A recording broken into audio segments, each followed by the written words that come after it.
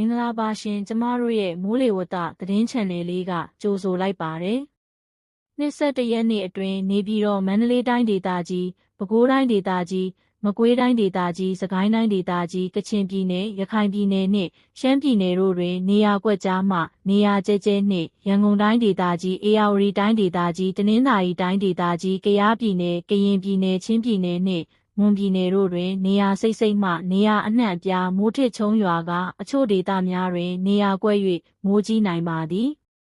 ပြည်သူများအနေဖြင့်အချိန်အခါမဟုတ်မိုးရွာခြင်းနှင့်အတူလေပြင်းများတိုက်ခတ်ခြင်းမိုးထစ်ချုံခြင်းမိုးကြိုးပစ်ခြင်းလျှက်စီးလက်ခြင်းမိုးသီးကြွေခြင်းနှင့်ရေပြိုခြင်းစသည့်မိုးလေဝသဖြစ်စဉ်များဖြစ်ပေါ်နိုင်ပါသဖြင့်ကြိုတင်သတိပြုနိုင်ပါရန်အကြံပြုအပ်ပါသည်ဧရာဝတီတိုင်းနဲ့ရန်ကုန်တိုင်းပေါ်မှာအနောက်တောင်ဘက်ကဝင်ရောက်လာတဲ့မိုးတိမ်တွေကြောင့်မိုးရွာနိုင်မဲ့အခြေအနေများဆက်လက်ဖြစ်ပေါ်နေပြီးအထက်ဘက်မှာတော့မိုးအုပ်နေနိုင်ပေမဲ့မိုးရွာနိုင်ခြေမရှိသလောက်ဖြစ်နေတာတွေ့ရပါတယ်။ရန်ကုန်တောင်ပိုင်းပဲခူးအရှေ့ချမ်းဒေသများမန္တလေးတိုင်းဒေသကြီးအထက်ပိုင်းတနင်္သာရီတိုင်းကရင်ပြည်နယ်နှင့်မွန်ပြည်နယ်တို့မှာဧပြီ20ရက်နေ့ထိနေရာကျဲကျဲမှရောစိမ့်စိမ့်မိုးရှိနေပါသေးတယ်။ဧပြီ18ရက်မှမေလထမပတ်ထိကချင်ပြည်နယ်တွင်နေရာအနှံ့အပြားမှနေရာကွက်ပြီးမိုးကြီးနိုင်မည့်အခြေအနေရှိပါတယ်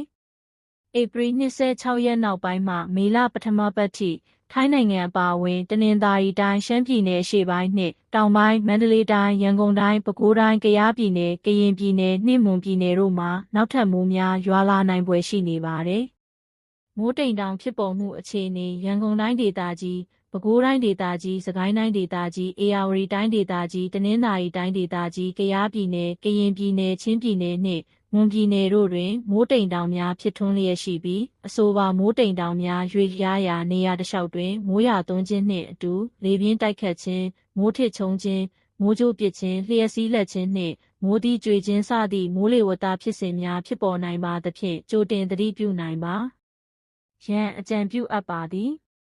မြမပင်လယ်ပြင်လှိုင်းနှင်းငယ်မှလှိုင်းအသင့်တင်ရှိမီလှိုင်းမြင့်မှမြမကမ်းရိုးတန်းတစ်လျှောက်နှင့်ကမ်းလွန်ပင်လယ်ပြင်တို့တွင်4ပေမှ9ပေခန့်ရှိနိုင်ပါသည်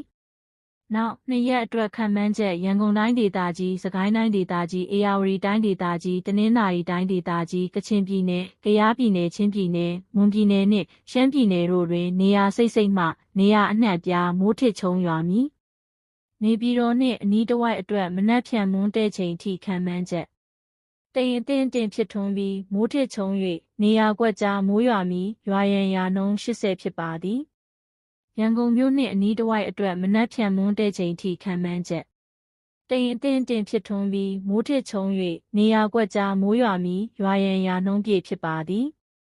မန္တလေးမြို့နှင့်အနီးတစ်ဝိုက်အတွက်မနက်ဖြန်မွန်းတဲ့ချိန်ထိခန့်မှန်းချက်တိမ်အသင့်တင်ဖြစ်ထွန်းပြီးမိုးထစ်ချုံ၍နေရာကွက်ကြားမိုးရွာမီရွာရန်ရာနှုန်း80ဖြစ်ပါသည်